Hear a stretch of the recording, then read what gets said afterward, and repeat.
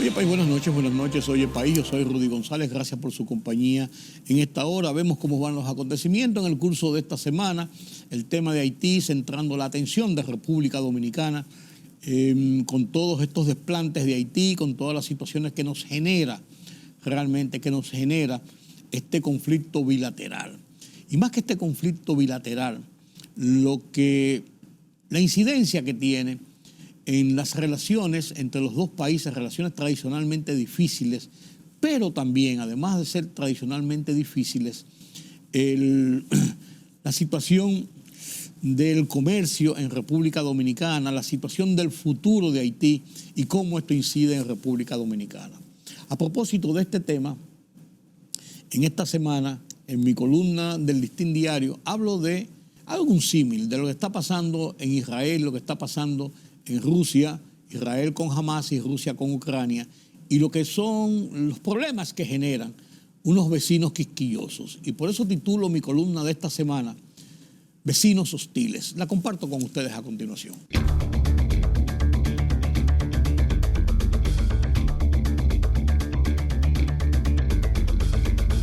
Mientras los cohetes de los terroristas de Hamas caen sobre Israel y la Rusia agresiva sigue sus bombardeos contra zonas pobladas de Ucrania, República Dominicana, en una sabia decisión, flexibiliza las duras medidas tomadas con el cierre de sus fronteras con Haití, como reiteración de las políticas del buen vecino que hemos desplegado a lo largo de esta difícil historia de obligatoria convivencia territorial. Un paralelismo, salvando dimensiones y distancia, de lo que genera un vecino agresivo y provocador como sufre Israel con su entorno terrorista. Las fronteras de la Rusia imperial de Putin y República Dominicana con el Haití desafiante. La provocación con la construcción del canal fue respondida con la imposición del cierre de frontera y la denuncia internacional. Un nuevo desafío llegó el domingo, a las puertas mismas del cruce de Dajabón, con la pretensión de levantar un muro de bloques y cemento. Esperemos que en la carpeta de los que incitan estas provocaciones no hayan acciones de violencia, para no tener que convertirnos en Israel y Ucrania ante la agresión de los vecinos.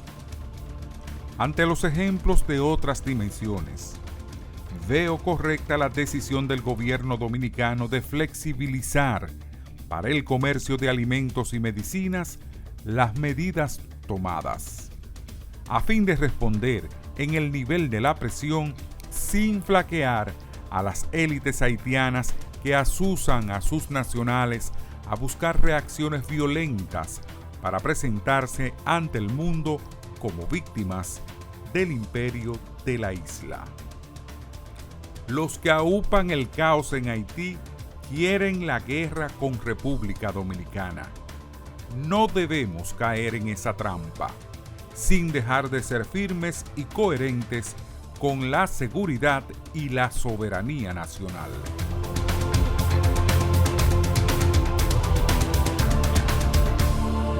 Esta semana he analizado con Carlos Cuello la situación de la economía dominicana, incluyendo la incidencia de la situación del comercio con Haití y lo que se puede reflejar de la guerra declarada por Hamas contra Israel con los ataques terroristas.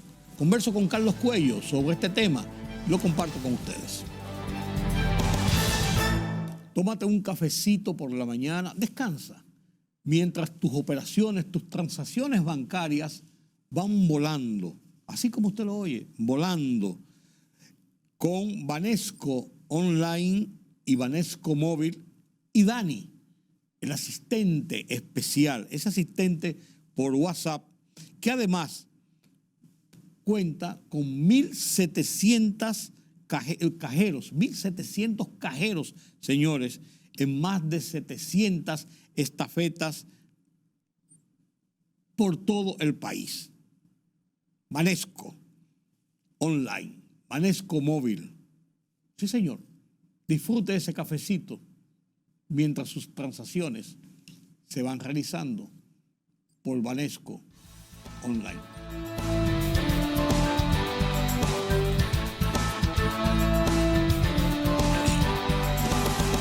Gracias por continuar con nosotros aquí en Oye País, el mundo de la economía, como cada semana, expuesto por nuestro analista Carlos Cuello. Y el tema central esta semana tiene 2 puntos. Primero, el informe del Banco Central, en el que habla sobre el comportamiento de la economía durante el mes de septiembre, en lo atinente especialmente en el tema de la inflación. 1.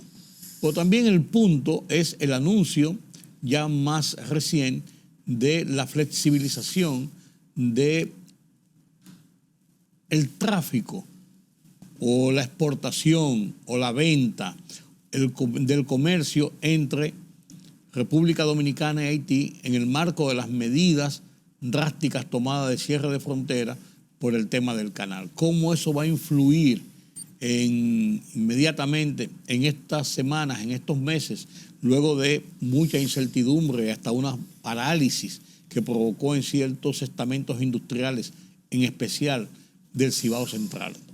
Tiene sus implicaciones y Carlos Cuello nos las va a analizar. Buenas noches, don Carlos. Buenas noches, don Rudy. Nunca falta una en el panorama. Nunca falta una. Aquí lo analizamos la semana pasada, la situación de Haití, que ha seguido, ¿no? Y que obviamente no podía mantenerse indefinidamente, ¿no? Se habla ya de que el contrabando había aumentado notablemente, y era de esperarse, claro, ¿no? Pero en el panorama internacional ahora se complican las cosas también. Sí. Con ese conflicto de Israel-Palestina, que es un modo vivendi hasta cierto punto. Pero sí, pues parece que la escalada es muy alta. No. Y puede provocar serios trastornos. Sí, mira cómo puso casi patas arriba la invasión de Rusia a Ucrania, salvando las distancias. Mira lo que puede pasar en esto si se involucra toda esa parte del cercano y Medio Oriente. Este es mucho más complejo. Sí. Porque por ahí pasan, o sea, hay por ahí el canal de Suez y 2 o 3 sitios por donde pasa gran parte del petróleo que viene para esta parte, ¿no? Y el hecho mismo de que Israel no está solo. No, Occidente detrás de él, igual que pasó con Ucrania. Pero no solamente apoyo, Sí. En el caso de Ucrania ha sido un apoyo... más lento. Ellos lo han apoyado también con armas, dinero, medicinas y cosas, pero aquí el apoyo va a ser masivo. Estados Unidos mandó su portaaviones más grande. Sí. Y lo dijo claramente. Sí. Bueno, entonces, esto... Mira, ahora mismo el petróleo ha estado muy volátil, ¿no? Sí. Bajó esta semana a $86 incluso, y se espera que ese conflicto podría marcar la diferencia. En primer lugar, porque si ese conflicto se mantiene, los países que están apoyando a los palestinos probablemente van a tener que romper la cuota. Sí. Y eso entonces podría incluso desplomar los precios. Sí. Si lo que produce es un bloqueo hacia el petróleo que viene hasta esta parte, entonces podría ser lo contrario. Sí. O sea, ambas cosas. El desarrollo del conflicto va a determinar económicamente cómo influye. Y parece que no va a ser de un día para otro. No. No va a ser el conflicto la guerra de los 6 días. No.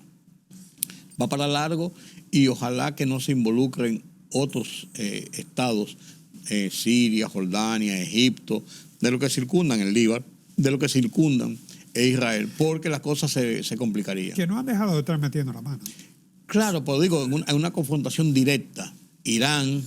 Y sobre todo Irán. Con el apoyo de Irán. Entonces, ahí las cosas se pueden complicar que mucho. Es el país más grande de todos. Y de mucho más poder. Y se sospecha que con armamentos nucleares, enemigo declarado de Israel. No, y ahí está el caso que han acusado a Qatar de ser uno de los principales países financieros del grupo Hamas. Claro. No, entonces, Irán no lo ha escondido. Irán es público, pero Qatar entonces se ha descubierto. Entonces, tenían algunos apoyos, algunas cosas, pero que uno de los financistas principales. Entonces, esto va a traer repercusiones, Carlos. Claro. Claro, ya para cerrar el año. Nunca falta uno. Nunca nos falta uno. Bueno, mientras tanto, en nuestro país, el Banco Central publicó su reporte sobre la inflación, medida por el índice de precio al consumidor, y para el mes de septiembre fue de 0.43%. El mes anterior había sido de 0.52, o sea que Bajó un poco, con respecto al mes anterior. Pero cuando se toma de acumulada de enero a septiembre, eso obviamente sigue creciendo. Estamos hablando de 2.65. Si tomamos en cuenta que ya son los primeros 9 meses del año, faltarían 3 meses, ¿no? Todo indica que se podría lograr el objetivo meta de inflación, sujeto, obviamente, a lo que son los factores a que hemos entre hecho 4 y referencia. 5. Sí, bueno, la interanual, septiembre a septiembre, está en 4.41. Está dentro del rango meta de inflación, ¿no? Y 2.65 sería la acumulada. De todos modos, esto va a depender mucho de cómo nos impacten los fenómenos, tanto en la parte interna, como hablábamos anteriormente, de los productos nacionales, que algunos de ellos bajaron de precio porque el cierre de frontera obligó a recolocar. Sí, para evitar pérdidas, a colocar en el mercado. Claro. De todos modos, en este nivel de inflación, lo que más impactó fue el aumento de los precios de los alimentos, bebidas y no alcohólicas. Alimentos y bebidas no alcohólicas, 1.07. Y la educación, la enseñanza, los colegios, que 2.41. En el caso de la salsa de alimentos y bebidas no alcohólicas, impactó con la 2/3 parte de lo que responde por la 2/3 parte de lo que es este índice, ¿no?, de incremento. O sea que la situación en materia de precio luce estar bajo control, pero muy matizada por lo que son los factores de riesgo. Sí. Ese es el panorama. Si no fue más alto el nivel de inflación, fue porque el transporte, sobre todo por efecto de los combustibles, registró un comportamiento negativo, porque está recibiendo subsidios. Subsidios, y muy altos. En las últimas 10 semanas son 4.879.4 millones. Sí, las últimas 10 sí, semanas. sí.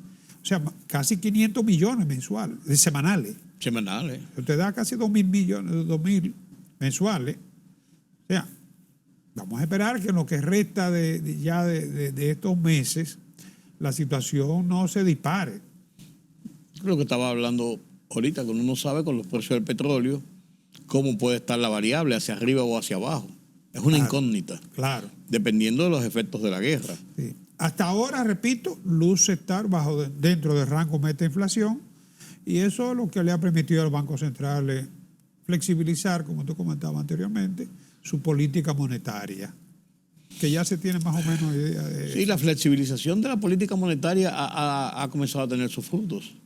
Sí, por lo menos ya el Banco Central dio respuesta a lo que fue una noticia que apareció días atrás en los periódicos de que el medio circulante, que no había circulante, ¿no? Aparentemente el dato de la noticia fue tomado en un momento en donde se produce periódicamente una baja. El medio circulante se incrementa notablemente En el último trimestre. Final de mes. Claro. Sobre todo a finales de cada mes. Sí. Porque a finales de cada mes es que se mueve más. Pero en el último nómina. Trimestre hay que esperar lo que viene. Claro. Sí. Entonces, el Banco Central resalta que en lo que se refiere a la combinación de política, a la política monetaria, ¿no?, que fue, todo el mundo sabe que el Banco Central sigue una política monetaria restrictiva en medio de la pandemia. Y posteriormente tampoco podía, digamos que, darle rienda suelta en lo inmediato, ¿no?, porque hay que soltar la compuerta gradualmente, ¿no? Sí. Y después que liberalizó su política monetaria, tampoco podía retirar de inmediato. Entonces, ese proceso duró, un año. Sí. Un año duró. Y de los logros, o sea, que el Banco Central destaca, logros que se pueden ya medir de la política monetaria expansiva, destaca que ha habido una reducción en la tasa de interés. Dice que se han bajado 200 puntos la tasa de interés. O Sí, los préstamos se han incrementado en un 17%. El medio circulante dice que se ha expandido en unos 75 mil millones, 11.2%. Se han colocado a través de los intermediarios financieros unos 127 mil millones de pesos. O sea, recuerda que la liberalización comenzó después de mayo, que fue cuando se consiguió un 4% de la tasa de inflación, el objetivo meta inflación. Y el hecho de que se haya incrementado la cartera de préstamos privada en ese 17% a que he hecho referencia, de que el medio circulante se ha incrementado en 75 mil millones, 11.2%, eso se puede atribuir como logro de la política monetaria expansiva, ¿no? Que si bien ha sido lento el impacto en el crecimiento de la economía, pero los recursos por lo menos se han estado liberalizando. Todavía las tasas de interés están a 7.50, pero han bajado 7 puntos, la tasa de interés de política monetaria, ¿no? Y los bancos destaca el Banco Central que dispone de mayor liquidez en estos momentos. Sí, pues con tasas muy altas para los préstamos, no importa la cantidad de liquidez que tenga, colocarlos en el mercado es más complicado. Sí, hay dos cosas. La tasa de interés es un condicionante para tú colocar los recursos, y lo otro también es la inversión, o sea, la confianza para hacer las inversiones. Porque el interés puede estar muy bajo, pero si no hay confianza en la economía, no se va a hacer. No, claro, pero cuando tú haces inversiones, principalmente para producción, y recibes préstamos a tasas muy altas, eso te va a incrementar no solamente tus costos, sino a cómo tú lo vas a colocar en el mercado. Y lógicamente eso tiene un impacto en cuanto a la velocidad de la venta. No, y otra cosa, recuerda que la demanda mayor de la economía es la de las empresas y la familia, el consumo y la inversión. Cuando la tasa de interés está muy alta, el financiamiento del consumo se ve limitado. Claro. O sea, se afecta la inversión. Se resiente, claro. Y se afecta el consumo. Son las dos principales variables del producto. Así mismo es. Carlos, y esta semana entregaron el premio de Economía, el Nobel. El último de los premios Nobel de Economía. Estamos en diciembre cuando lo entregan. Ahora mismo lo anuncian, el anuncio ¿no? es ahora, sí. Y se lo asignaron, qué bueno, a una mujer. Se llama Claudia Goldin, es profesora de la Universidad de Harvard. Y lo importante es que sus trabajos, sus investigaciones, siempre se coge una para otorgarlo. ¿Qué ha hecho? Exacto. Sí. Sus investigaciones giran en torno a por haber contribuido a mejorar nuestra comprensión de los resultados de la mujer en el mercado laboral. O sea, la inserción de la mujer en el mercado laboral. El VHD debe estar feliz. Sí, porque la política del VHD precisamente es incidir en el impulso de la mujer en el mercado laboral.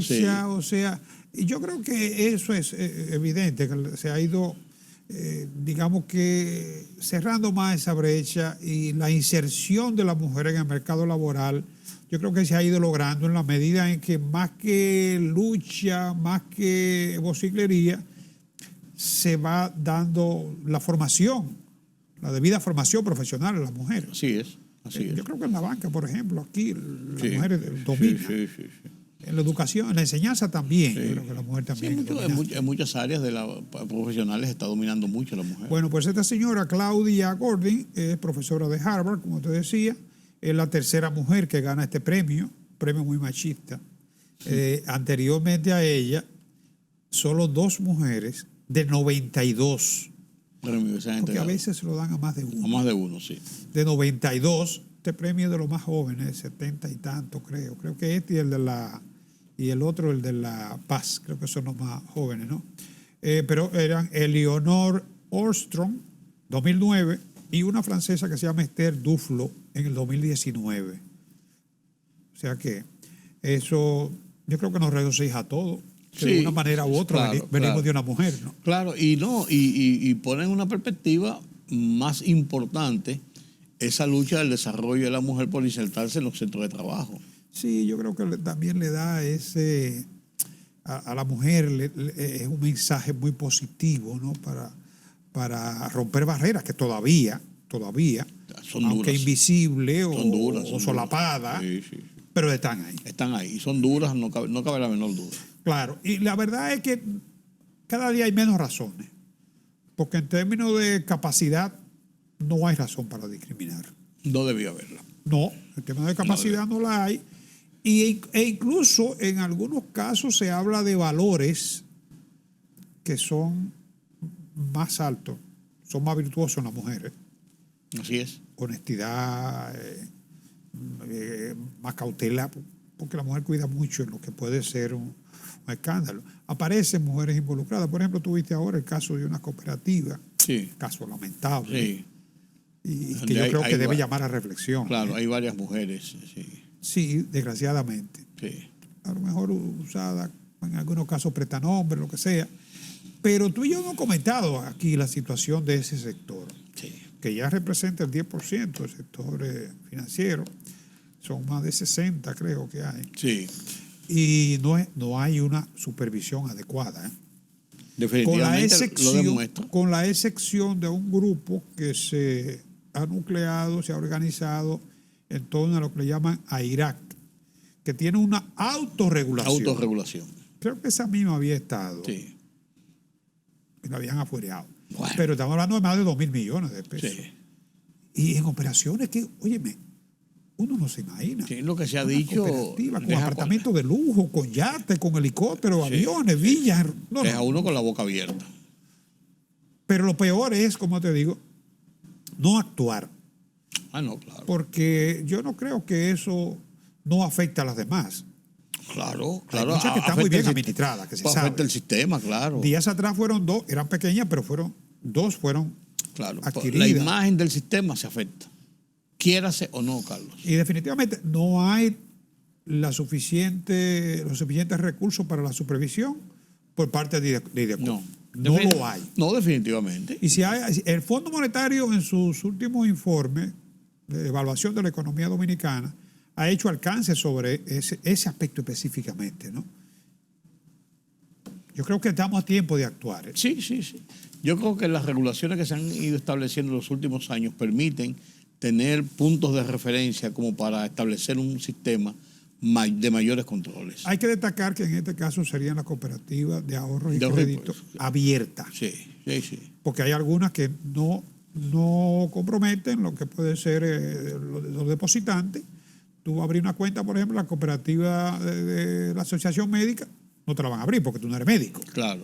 O la de la telefónica. Sí, sí, no, claro, son las cooperativas. Son cerradas. Sí, son las. Sí. Pero estas no, Las estas públicas. son abiertas. Sí. Captan igualito que cualquier asociación o que cualquier banco. Así es. Y con muy escasa supervisión. Sí, muy poca. Y además, creo que no están obligadas a cumplir con alguna serie de... Con los requerimientos, no ninguno, porque además tienen un sistema especial. De además, impositivo, creo. Y tienen un organismo que debe ser el que regula, pues no tiene la menor idea de lo que está haciendo, que es el IDECOP. Pero esos manejos que se evidencian ahí, yo no creo que hubiesen podido pasarse por debajo de la puerta en una institución regulada, en el sistema formal. Muy difícil, Muy difícil. por no decir imposible, ¿no? Así es. Don Carlos, Bueno, nos vemos la semana próxima. Así será. Gracias por sus comentarios. Espero que ustedes hayan sacado, igual que yo, un buen provecho, como cada semana, de estos comentarios de Carlos Cuello sobre el tema de la economía en República Dominicana y el mundo. Permítame la pausa.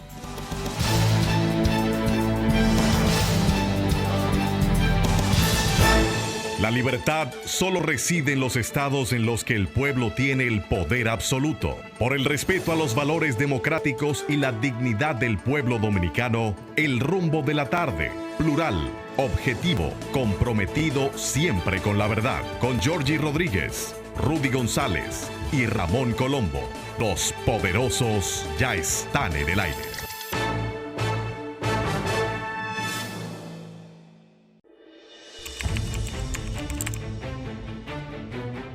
Periodismo de investigación, columnas, opinión, análisis, reportajes de fondo. Hora por hora, una completa plataforma multimedia. Periodismo con valor. Noticias horaporhora.com.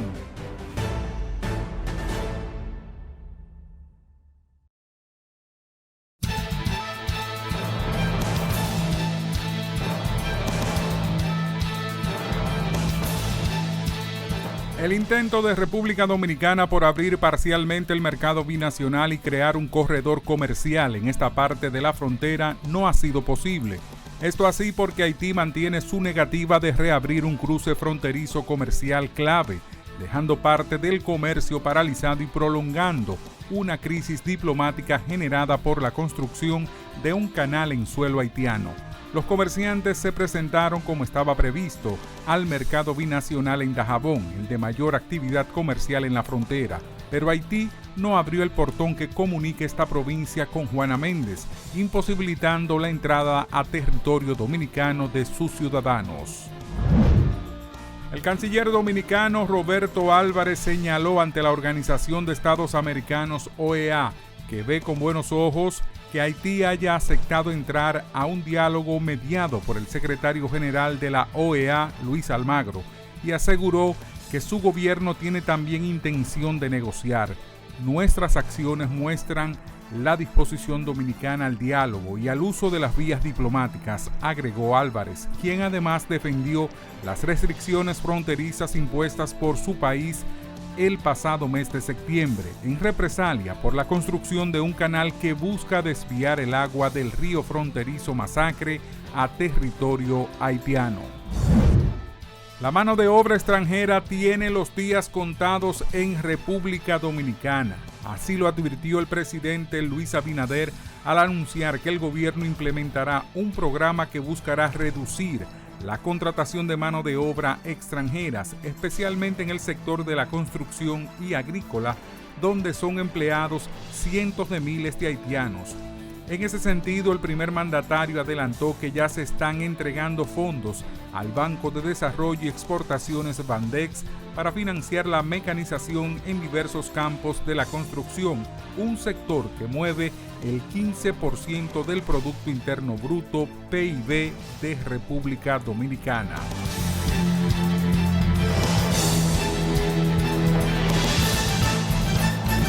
El tema de Israel sigue siendo un tema trascendente, importante en lo que está pasando en el mundo. El tema de Haití también, con todo esto de los preparativos para la fuerza de intervención que deberá llegar a Haití en algún momento y los escollos que parece que pudiera estar teniendo.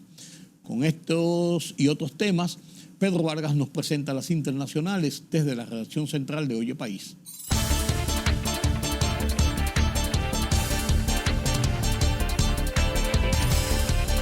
El secretario adjunto del movimiento chií libanés Hezbollah, Naim Qassem, dijo que el grupo está dispuesto a contribuir a la confrontación contra Israel, a pesar de que varios países han pedido que se mantenga al margen, informó la agencia Reuters. El alto funcionario precisó que las principales potencias mundiales, los países árabes y la Organización de Naciones Unidas han pedido directamente e indirectamente a Hezbollah que no interfiera en los combates en curso entre Israel y Hamas. El alto representante de la Unión Europea para la Política Exterior, Josep Borrell, consideró poco realista el ultimátum dado por el ejército israelí para que más de 1 millón de personas abandonen el norte de la Franja de Gaza. Borrell afirmó ante la prensa en Pekín, tras copresidir con el titular chino de Exteriores el diálogo estratégico Unión Europea-China, que ciertamente es muy poco realista que 1 millón de personas pueda moverse en 24 horas. El ministro de Interior de Kenia, Kithure Kindiki, defendió en el Parlamento del país el plan del gobierno de movilizar policías kenianos en Haití como parte de una misión multinacional aprobada por la Organización de Naciones Unidas, ONU, después de que el Tribunal Superior de Nairobi ordenase el bloqueo temporal del despliegue. El gobierno de Bolivia anunció la creación de una empresa estatal para la producción de medicamentos que incluye medicinas basadas en los conocimientos y saberes ancestrales y para establecer una reserva estratégica de fármacos.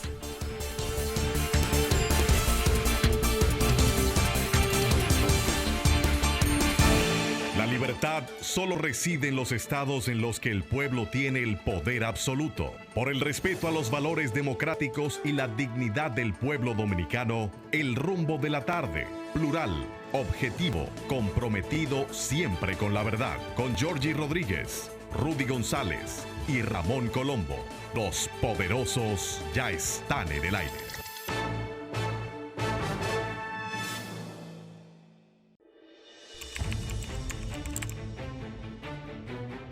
Periodismo de investigación, columnas, opinión, análisis, reportajes de fondo. Hora por hora, una completa plataforma multimedia. Periodismo con valor. Noticias horaporhora.com.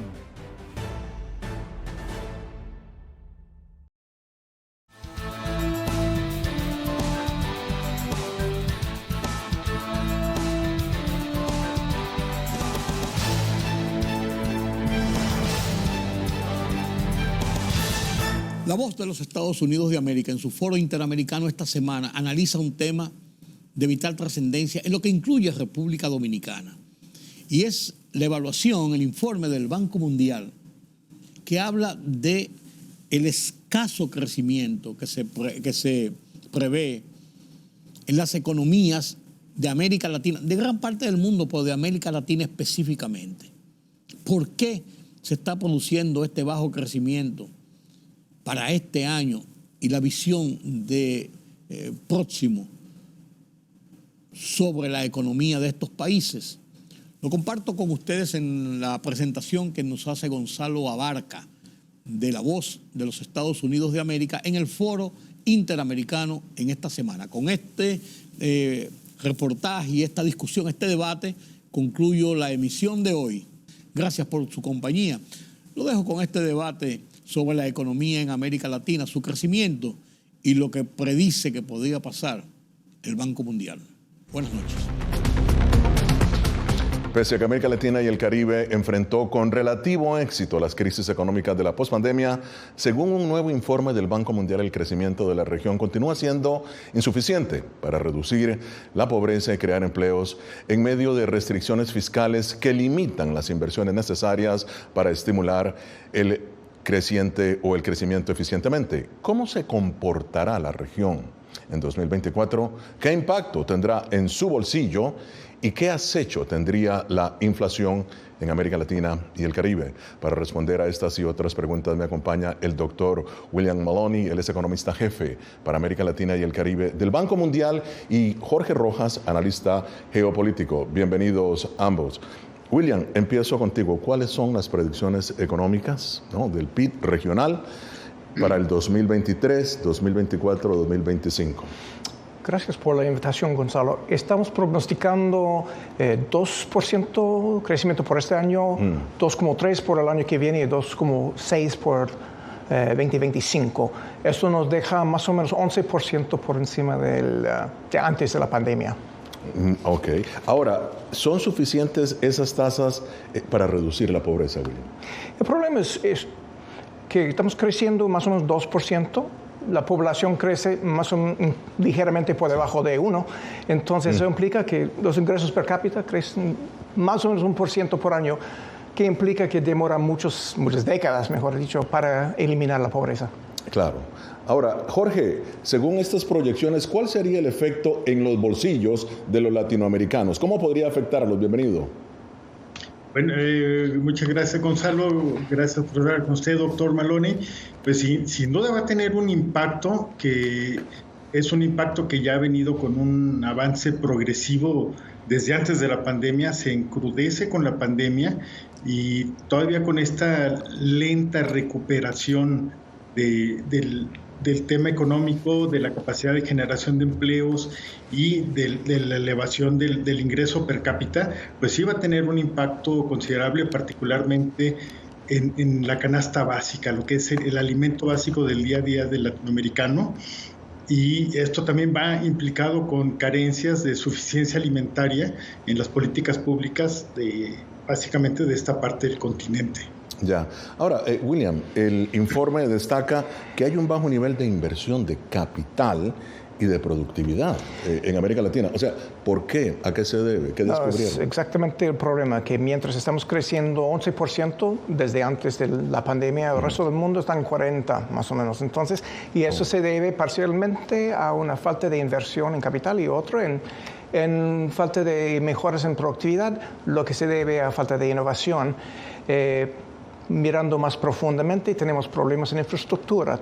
Invertimos más o menos la mitad de los asiáticos, por ejemplo. En términos de educación, tenemos rezagos muy fuertes a nivel primario, secundario, pero también a nivel de ingenieros científicos y las capacidades de nuestros empresarios. Entonces, tenemos muchos retos que tenemos que enfrentar para crecer mejor. Claro, grandes desafíos, ¿no? Presenta la región. Jorge, ¿por qué en la región aún prevalecen grandes restricciones fiscales? Si según el informe del Banco Mundial, el estímulo a la inversión directa es vital para lograr un crecimiento eficiente. ¿No es esto contradictorio? Claro, es totalmente contradictorio y más ahorita que tienes un desplazamiento masivo de empresas de altísima tecnología de Taiwán que están buscando acercarse al mercado americano precisamente por el tema de la complejidad de la relación con China. Pero hay dos temas. Una, ¿qué certidumbre jurídica le ofreces a la inversión? ¿Qué estímulos fiscales? Y además de eso, son plantas de alta tecnología que requieren personal con capacidades y con credenciales muy específicas para insertarse, y es el caso de los semiconductores. Hay una lista enorme de empresas de Taiwán que quieren venir a América Latina, a México, por la cercanía con Estados Unidos, pero bueno, faltan condiciones para lograr amalgamar bien esas inversiones, y sí hay un problema muy grave en el diseño de las políticas públicas con una visión más agresiva para atraer inversión en América Latina. Las perspectivas de crecimiento para América Latina y el Caribe permanecen bajas pese a una sólida gestión macroeconómica, según el más reciente informe del Banco Mundial. El organismo asegura que el crecimiento regional sigue obstaculizado por el bajo nivel de acumulación de capital y el crecimiento de la productividad. Y destaca que hay poca evidencia que demuestre que la región esté aprovechando el reordenamiento de las cadenas de valor mundiales. Continúa con nosotros el doctor William Maloney, él es economista jefe para América Latina y el Caribe del Banco Mundial, y Jorge Rojas, analista geopolítico.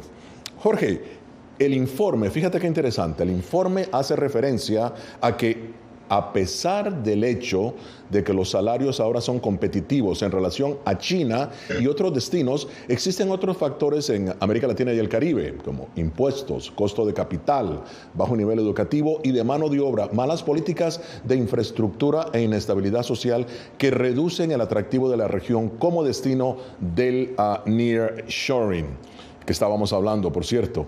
¿Qué tan importante es el nearshoring o la práctica de empresas que están saliendo de Asia para instalarse más cerca de Estados Unidos en el crecimiento de las economías regionales, Jorge? Bueno, es definitivamente determinante. Ahorita lo comentaba, tan solo en el sector de semiconductores, pues hay una Foxconn, ya está llegando a México precisamente para aprovechar esa ventaja y también las ventajas que ofrece el TMEC, el Tratado de México, Estados Unidos y Canadá. Y sí, es importante, pero hay que ver el nearshoring desde una perspectiva no como una moda, sino como una situación que detonaron las grandes inversiones del mundo para acercarse a una cadena de suministro donde está el principal cliente, que es los Estados Unidos, pero no como una política de Estado de las naciones que pueden ser receptoras de este nearshoring. Yo a la fecha no he visto una política pública que diga, aquí hay una infraestructura, un planteamiento para recibir el nearshoring. Simplemente llega por una cuestión de oportunidad de mercado. Entonces, bueno, ahí, insisto, faltan políticas públicas y falta una voluntad de hacer un basamento muy sólido para que llegue, para que aterrice con buenas condiciones el nearshoring. Hay algunas entidades, estados locales que han avanzado muchísimo en ese tema, pero como trabajo de 2, 3 décadas atrás, que vienen teniendo inversiones muy cuantificables. pero no como política pública. Lamentablemente. No como política pública, ok. William, hablemos de la inversión. Ese es un tema también fascinante y da para todo un programa en sí, de la inversión de China en América Latina. Veamos los datos que el mismo Banco Mundial tiene sobre esa inversión. Vamos a verlos acá. Es interesante. Mira esta inversión. En realidad, la inversión de China en América Latina no se puede comparar con años anteriores en este momento. Ahora, estos datos también pueden ser cuestionables o no, pero ¿cuál es en realidad la situación de esa inversión en el continente? ¿Cuál es el impacto en este momento? Gonzalo, aquí tenemos una oportunidad muy grande en la región de aprovechar esta tendencia hacia el reshoring, ¿no? Pero si cuando miramos, por ejemplo, las tasas de inversión de fuera en la región, estamos más o menos igualitos en este año, donde ha habido un repunte importante, a donde estuvimos hace 10 años. Entonces, hasta ahora no hemos visto un flujo grande de nuevas inversiones, pero en México, especialmente en el norte, se ve mucho interés por parte de los chinos y también otros países, exactamente como dijo Jorge, en la proximidad a los Estados Unidos. También en el norte de Colombia se encuentra interés en ubicarse ahí. Tenemos, exactamente como dijo Jorge, tenemos que tener un plan, una estrategia para aprovechar esta oportunidad. Esto implica mejorar la logística, mejorar la eficiencia de los puertos, mejorar la calidad de los trabajadores. Todo eso y mantener un sistema predecible, ¿no? Porque esos inversores tienen una perspectiva de 10, 20 años, ¿no? Entonces tienen que saber cuáles serán las normas del juego en 10 años. Claro, tienes toda la razón. Ahora, ustedes también destacan, y esto es importante, que los precios de los alimentos y la energía son elevados, pero han retrocedido desde los picos del 2002. En ese caso, ¿cómo se comparan esos precios con los de otras regiones?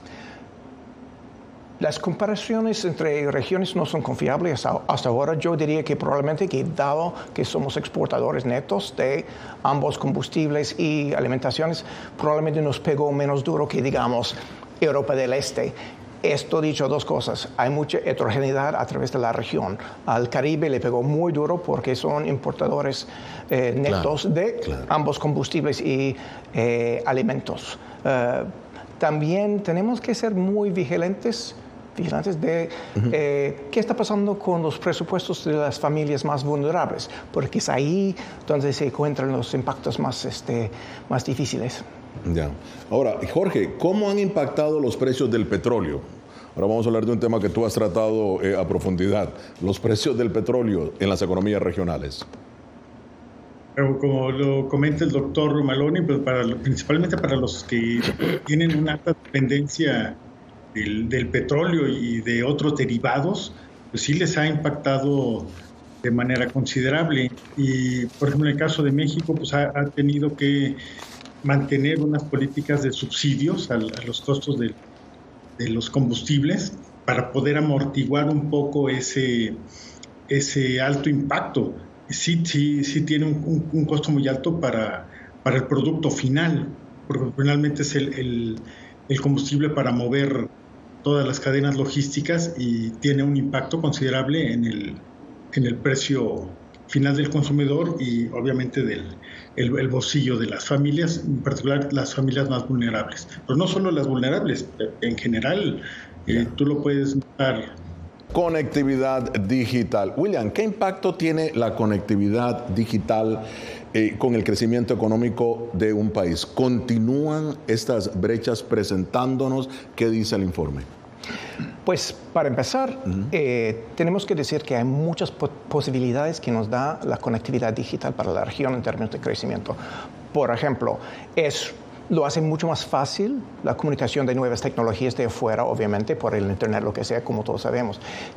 Tuvimos el año pasado el repunte más importante de unicornios, esas empresas de $1,000 millones, ¿no? Y todo con bases digitales, con plataformas digitales.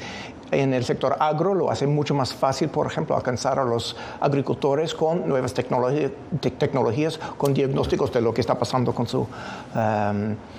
sus cosechas. Entonces hay muchas posibilidades y además se puede hacer el gobierno mucho más eficiente y y puede responder mejor a las necesidades de la gente, porque hay cosas muy fáciles como renovar su permiso de conducta, pero también con telemedicina, con educación. Nos falta... Claro.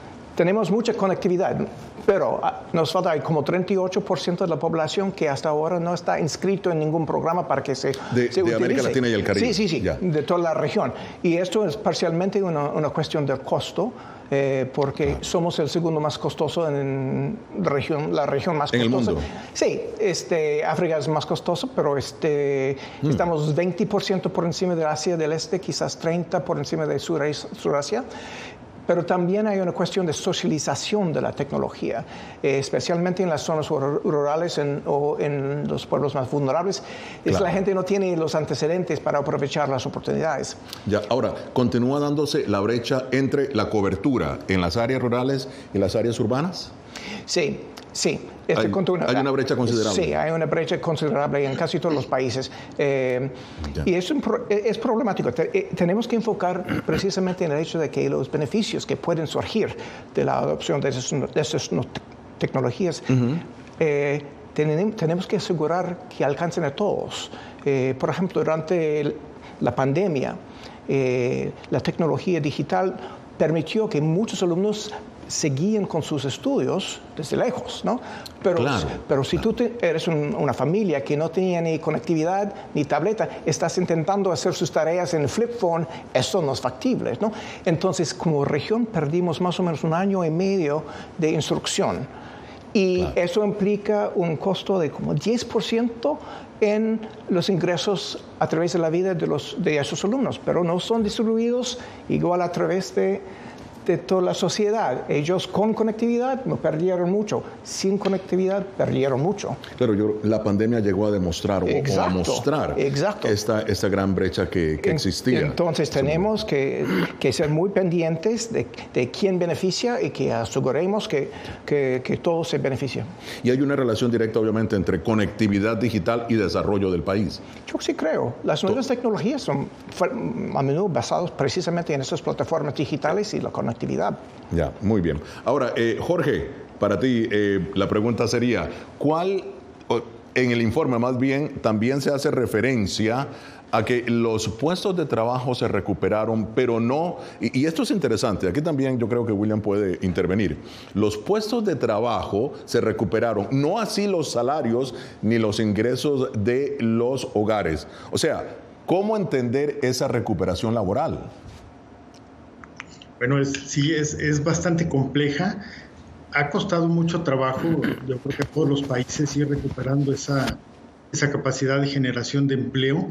Y yo creo que los mismos rezagos de la pandemia y también la falta de capacidad y de incentivos para poder crecer post pandemia, eso también ha contraído mucho en el terreno de la práctica, eso ha contraído mucho la capacidad de crecimiento del salario.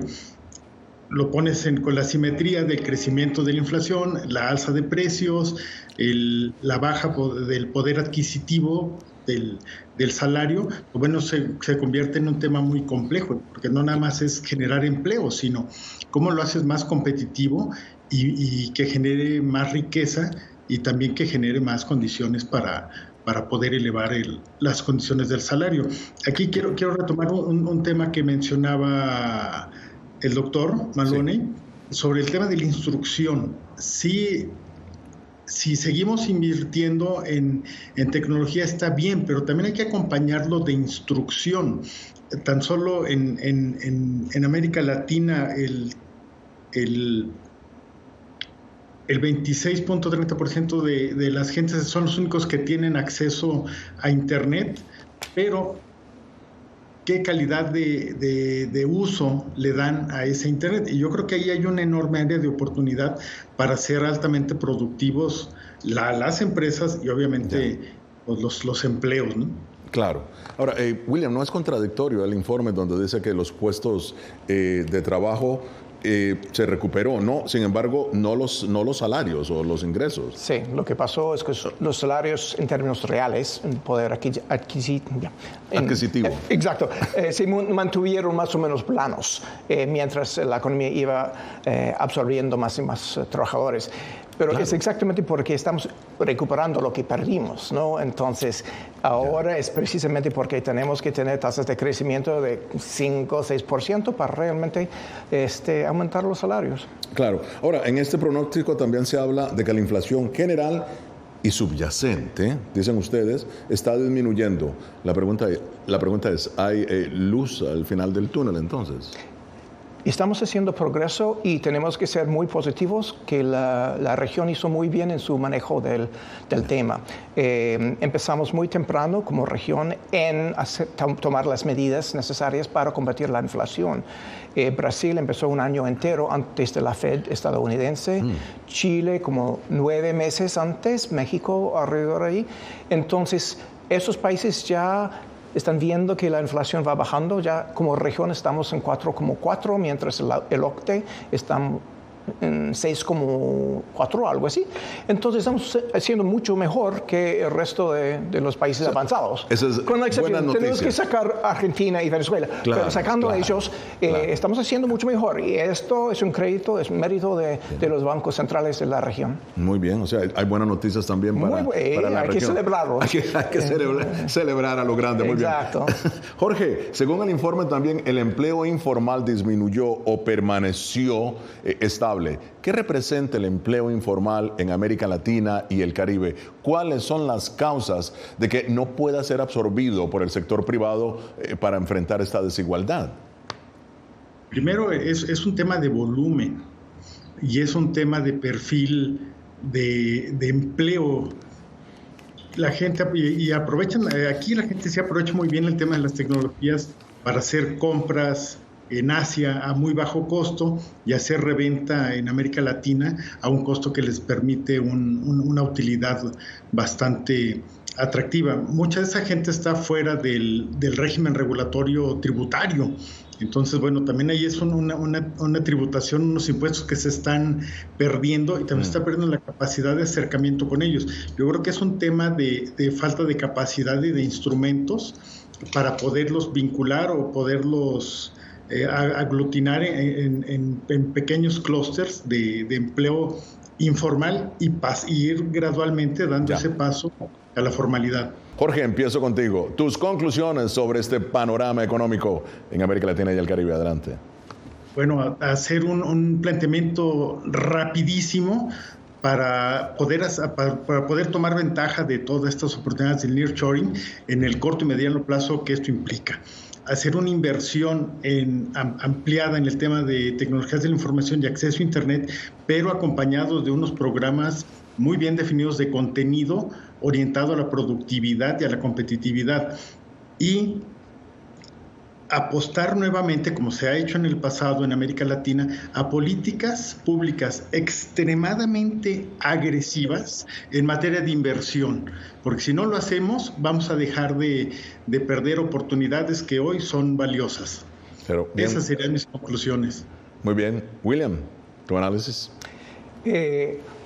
Aunque estos años no son muy fructíferos en términos de crecimiento, yo creo que tenemos muchas posibilidades, no solo en lo digital, pero también en todo el tema de la economía verde, la transición verde y en el reshoring.